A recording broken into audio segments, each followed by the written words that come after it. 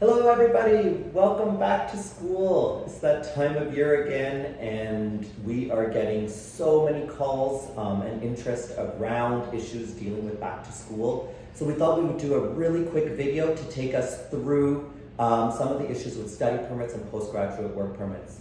I'm here with Mary and Elizabeth and we're going to go through some of these issues for you. So I want to start with working. Well, I'm getting so many calls right now, I don't know if you both are, about students asking, can I work full-time, can I work part-time? My friends are able to do something, I have to do it differently. Can you go through the rules with us a little bit, Elizabeth, just so that people know when they can work and how much? Yeah, so last year, the government came out with a pretty confusing temporary policy about who can work, which students can work full-time. So basically, if you held a study permit or had submitted an application for your study permit before October 7th, 2022, okay, October 7th, 2022, if you had submitted your study permit, or you held a study permit, then you can work full-time based on the study permit that you held or that you had submitted and you received it afterwards. Until the end of the year you can work full-time. Normally, students can work 20 hours off campus. You can work full-time on campus, 20 hours off campus, unless you're scheduled breaks where you can work full-time. But is it based on my first study permit application? What if I have to renew it? When? That's a confusing thing as well. So let's say I held a study permit since January of 2022, but it expired January of this year. Well, I could have worked full-time from October to January of this year when my study permit expired. If I filed an extension before it expired, that's fine, I can stay in Canada, but I can't work full-time after my original study permit expired. I can only work part-time based on normal rules off campus after my study permit that I held expired. Okay, so when you do that extension, you'll lose that bonus. Yeah, once your study permit expires, you do lose that ability to work full-time under this temporary policy. Speaking of confusing, we're seeing a lot of mistakes by officers at the border in terms of just putting things on a study permit. Mary, what's going on? So when you're coming through the airport and you're getting your study permit issued, take extra time to check all of the details on your study permit. Make sure your name is spelled correctly, your birthday's on there in the right format, everything like that, because we do see, unfortunately, a lot of mistakes made at the airport. Another really important thing is if you need to be working in healthcare or with children, your study permit can't say not authorized to work with children or in healthcare. That's a big problem that we do see, unfortunately. If you did a medical exam and you applied for that authorization, then that should be on your permit. Talk to the officer about it when you're there. But if, for example, that's not on your permit and you're only realizing that now and you need that authorization, you can do a medical and have your permit amended, or we can reapply to have it issued properly. What about co-op students? That also is becoming an issue. Yes, so co-op work permits are so often forgotten by the visa posts, and often even at the border they might forget to issue you a co-op work permit that has been approved. Now, if you do need to work as part of your program, you'll need that co-op work permit to work full-time, especially if you can work full-time this year, etc. Okay, but you should have that co-op program. Co-op work permit if you have a co-op program. So if you don't have it, apply as soon as possible for it. It can take a while to get. You don't have to pay an extra government fee for it, but apply for it so that you can start working on time for your co-op program. I know all of you watching this video are going to check your study permits very carefully, but what happens if now after watching this video I go back and I check my study permit and I see that there's issues on it? What can I do? So it depends on whether or not it's your fault as to, you didn't do a medical examination and you don't have, you have that health restriction on it. If that's the case, reapply for another work permit. You can ask for an amendment as well of your study permit. For example, sometimes study permits say you're not allowed to work at all. You're not authorized to work at all. And that shouldn't be on there. You can ask for an amendment of your study permit as well. All of these things will take time, so make sure you check right away and apply as soon as possible. The other big issues that we're seeing are around postgraduate work permits. There's always this nightmare scenario with students who took a break during their studies for some reason and then get to the very end of their studies, they're so excited to start working and then realize that they can't get postgraduate work permits. So Mary, can you go through some of the pitfalls that I need to be worrying about while you're in school? Absolutely. So the post-grad work permit is an amazing opportunity at the end of your studies. It allows you to work for any Canadian employer, and it's a great way to get some work experience that can contribute to a potential PR application. So students are always looking to get their post-grad work permit issued right when they finish studying.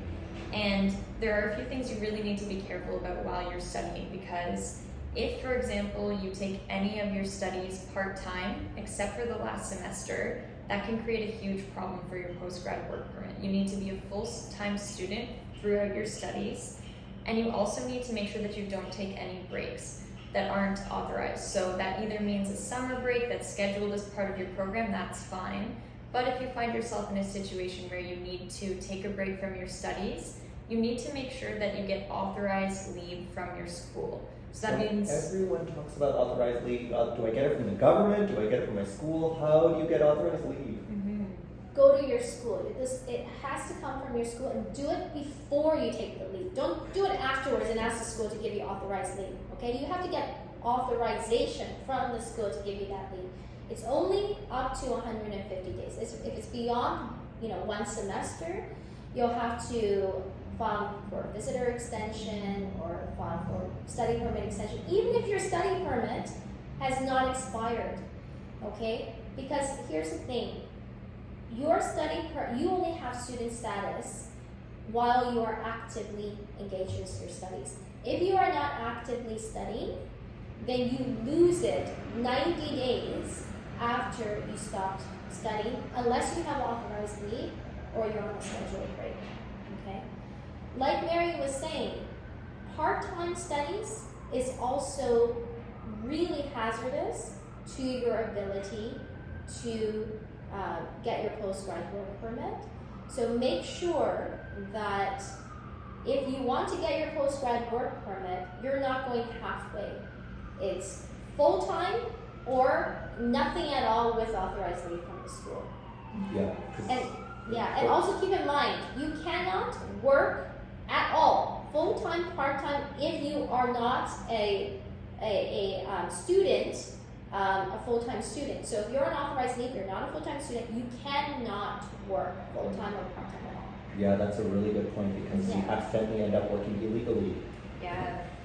Okay, the other issue that we're seeing is all the people out there that are applying for their study permits and want to get here for the start of the semester, but they're getting rejections, and they're seeing the numbers right now are showing record levels of rejections. Mary, what do we think is going on? Yeah, so it is really unfortunate. We're seeing lots of rejections for study permits these days, and we have found that it is due to the use of an artificial intelligence processing software that IRCC uses called Chinook. And what that means is it automatically filters your application and can basically put it as getting essentially a red flag to be rejected, and then officers don't take the proper time and care to look at the application thoroughly. Yeah, so gone are those old days where somebody's sitting for a really long time with your application and going through each of the documents and kind of assessing it all and making a decision. It's kind of just going through, done within minutes. Yeah, and that's why the first application has to be done with care. Study permits, we see some of the most rejections of any kind of applications. It's not, I'm going to school, of course they should give me a study permit. No, many study permits are being rejected, it's very important to do it with care. Because once you have one rejection, all of your subsequent applications are red flagged. And you also shouldn't think, oh, okay, one rejection is rejected, I'll just submit it again. Another officer will take another look at it, they might give you an acceptance. No, if you keep doing the same thing over and over again, it just compounds the issues of the red flags. Okay? So Adam, what should they do if they get a rejection? Okay, so the most important thing to do, like Elizabeth said, when you get a rejection, is not to just try again, but to speak to a lawyer immediately. When we get a rejection, we're looking at one of two options always. The first is we're going to assess the application that you sent in. We're going to determine if you put in all the right things, if you did a great job explaining all of the issues that are pertinent to an application. If you did not, then we're probably going to look at resubmitting with all of the right information and all the right details. However, if it is a complete application, we're going to use the federal court as a tool. And what that means is the first thing that we do is we file an application for leave and judicial review. From that, we're going to get the reasons as to what happened. A lot of times with the new AI software, we're not getting more reasons than we did. Sometimes we do. But then we can assess of whether to take that to federal court. And the big advantage of taking it to federal court is once you get a federal court decision or the DOJ consents, then when it goes back to an officer, they actually have to read the application by process. So we get back to that old system where somebody is sitting there with a pen and paper and looking at the application quite thoroughly. Mm-hmm. And also, if it has gone through the federal court and either there's a consent or the federal court has said that the previous officer was unreasonable, when it goes back to the visa office, they're much more likely to grant it and look at the reasonableness of your application. Okay, well, we hope a lot of these tips on this video have helped you. We want to wish you a happy back to school. And again, if there's any issues, please contact us right away because we don't want to get to the end of your studies and find out that there's any issues. Thank you so much. Have a great school year, everyone. Bye. Bye. Take care. Bye.